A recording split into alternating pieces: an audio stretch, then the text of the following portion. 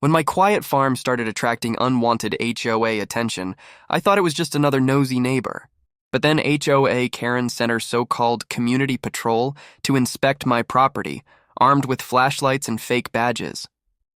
5 minutes later, their radios went dead because they'd just stumbled into a federal police sting. I bought the land to escape chaos. Not invited in. My name's Ethan Graves, a former federal officer turned farmer. After 15 years of working narcotics and surveillance ops, I'd had enough of cities, sirens, and sleepless nights. I wanted soil, silence, and sunsets. So when I found 80 acres of farmland on the outskirts of a small town, I bought it outright. The property bordered a manicured housing development called Willow Creek Estates, a name as fake as the smiles behind it. The HOA there was notorious. They prided themselves on community standards, which basically meant controlling everyone within eyesight. From the first day, they weren't happy that my barn sat within view of their pristine backyards. HOA President Karen Whitmore, a sharp-faced woman who dressed like she was running for mayor of suburbia, showed up unannounced during my first week. "This barn violates the property aesthetic," she snapped, glancing at my weathered red siding. "Good thing it's not your property," I said. She didn't laugh. That's when she realized something that seemed to deeply offend her. My land wasn't under her HOA jurisdiction. My driveway cut off the boundary line by exactly 12 feet. To her, it must have felt like losing control of a kingdom. Weeks passed, and she tried everything: mailed courtesy violation notices, placed friendly reminders on my fence, even sent a landscaper to trim community hedges that didn't exist. I ignored her. Then came the real trouble.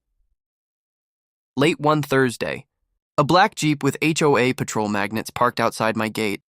Two men got out wearing matching blue shirts with fake badges clipped to their belts. They carried flashlights and radios, not police issue, but enough to fool someone who didn't know better. They rattled my locked gate and started taking pictures of my barn. I stepped out onto my porch with my phone in one hand and my retired police ID in the other. "Evening, gentlemen. You two lost?" "Routine property inspection," one said. "Under HOA order." "Not under yours," I replied. "Now get off my land before you inspect the inside of a cell." They grumbled and left, but not before snapping a few more photos. That's when I realized Karen wasn't just a nuisance, she was escalating. The next morning, I called my former partner, Agent Morales, now part of a rural crime task force working nearby. I told him about the fake patrols and the unauthorized photos. "You think it's harmless HOA junk," I said. "But these guys are flashing fake credentials and pretending to enforce law." "That's criminal impersonation," Morales replied. "Want me to take a look?" I grinned. "Bring the team." The truth was, I'd already noticed something strange near the west edge of my property. A series of fresh tire tracks and dugout patches by the creek.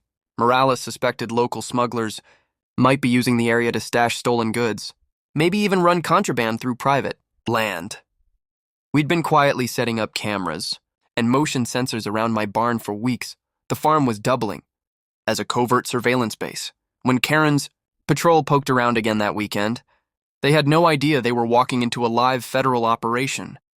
At exactly 9:47 p.m., Morales texted me, "They're coming." 4 vehicles rolled up to my gate, Karen's white SUV in the lead, the same fake patrol Jeep behind her, and 2 other cars full of neighborhood volunteers. Flashlights lit up my fence like a scene out of a bad reality show. I stood in the shadows beside the barn, watching through the live feed from our cameras. Morales and 3 agents were already in position inside. Karen shouted, "We're performing a property compliance check. This is unauthorized agricultural use." One of her patrolmen started climbing the gate. Then the floodlights switched on. Red and blue beams cut through the dark as unmarked vehicles rolled out from the barn. Armed officers emerged with badges and tactical vests, federal police emblazoned across them. The fake patrol froze mid-step. Karen's mouth fell open. "Everyone on the ground!" Morales barked. "Hands where we can see them!" Within seconds, the patrol was disarmed and cuffed. Karen stood trembling, trying to talk her way out. I'm the HOA president. I was just trespassing," Morales cut her off, "and obstructing a federal investigation."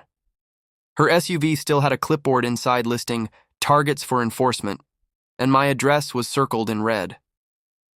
By sunrise, half the town had heard about it. HOA patrol busted on private land, caught impersonating officers and interfering with law enforcement. The local news aired the footage. Karen's inspection raid turned out to be a public embarrassment of epic proportions. When interviewed, she tried to spin it. We were just concerned citizens ensuring compliance. Didn't matter. The DA didn't buy it. The two patrolmen faced criminal charges for impersonation and trespassing. Karen got hit with fines, lost her HOA presidency, and her fancy law firm husband quietly filed for divorce 3 months later. As for my farm, it stayed quiet. For good reason. Morales and his team wrapped up their investigation. Turns out the smugglers had been using nearby lots, and Karen's patrols had actually scared them right into our cameras. Her arrogance accidentally helped close a case worth millions. When I saw her again months later, she was working as a clerk at the town office, avoiding eye contact. I tipped my hat and said, "You're welcome for the cleanup." She glared, muttered something about property lines, and hurried off. I just smiled, leaned back against my old truck and looked over the rolling hills of my land. My lawful, peaceful land, where no one dared flash a fake badge again. Sometimes karma doesn't knock. Sometimes it raids back, legally.